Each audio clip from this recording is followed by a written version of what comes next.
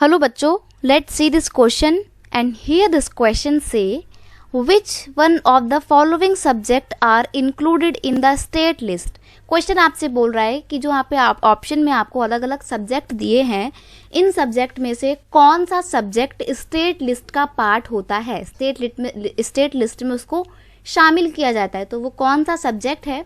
Option आपको दिए हुए हैं एग्रीकल्चर, फॉरेन अफेयर, बैंकिंग और करेंसी। तो यहाँ पे आपका जो सही आंसर है वो क्या है? वो है एग्रीकल्चर। अब एग्रीकल्चर क्यों है इसका आंसर, वो भी आप समझ लीजिए। देखो एग्रीकल्चर क्या है, हर स्टेट में अपनी अलग अलग एग्रीकल्चर की कंडीशन होती हैं, अलग अलग तरीके से एग्रीकल्चर होती है। पंजाब हरियाणा में अलग तरीके से एग्रीकल्चर होती है, उत्तर प्रदेश में अलग तरीके से एग्रीकल्चर होती है। तो वहाँ पे होने वाली कृषि को, एग्रीकल्चर को रेगुलेट करने का काम, उसको सुधार करने का काम किसका होता है? स्टेट गवर्नमेंट का होता है। फॉरेन अफेयर की बात करें तो एक स्टेट थोड़ी फॉरेन अफेयर करती है। फॉरेन अफेयर यानी कि बाहर के देशों से बातचीत तो सेंट्रल गवर्नमेंट का काम होगा, तो ये स्टेट लिस्ट का पार्ट हो ही नहीं सकती है।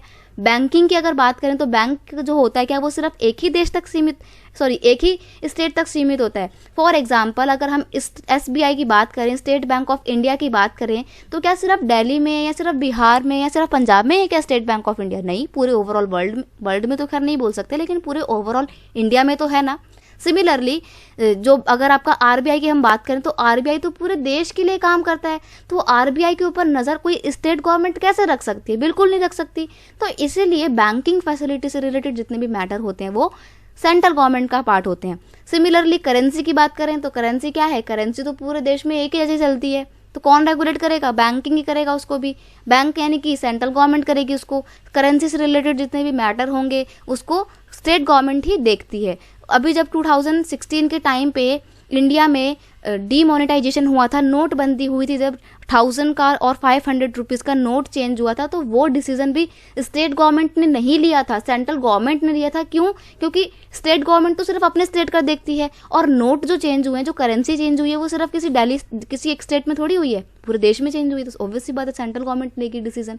तो यहाँ पे एग्रीकल्चर एक ऐसा इशू है, एक ऐसा सब्जेक्ट है जो स्टेट लिस्ट का पार्ट हो सकता है। The legislature of any state and has exclusive power to make law on state list. अब ये स्टेट लिस्ट का पार्ट कौन है? स्टेट लिस्ट का पार्ट कौन है? एग्रीकल्चर है। और स्टेट लिस्ट पर कानून बनाने का काम कौन करती है? ऑब्वियस सी बात है स्टेट गवर्नमेंट करेगी। ऑप्शन फर्स्ट आपका यहाँ पे बिल्कुल सही आंसर है। I hope you understand it well. Best of luck.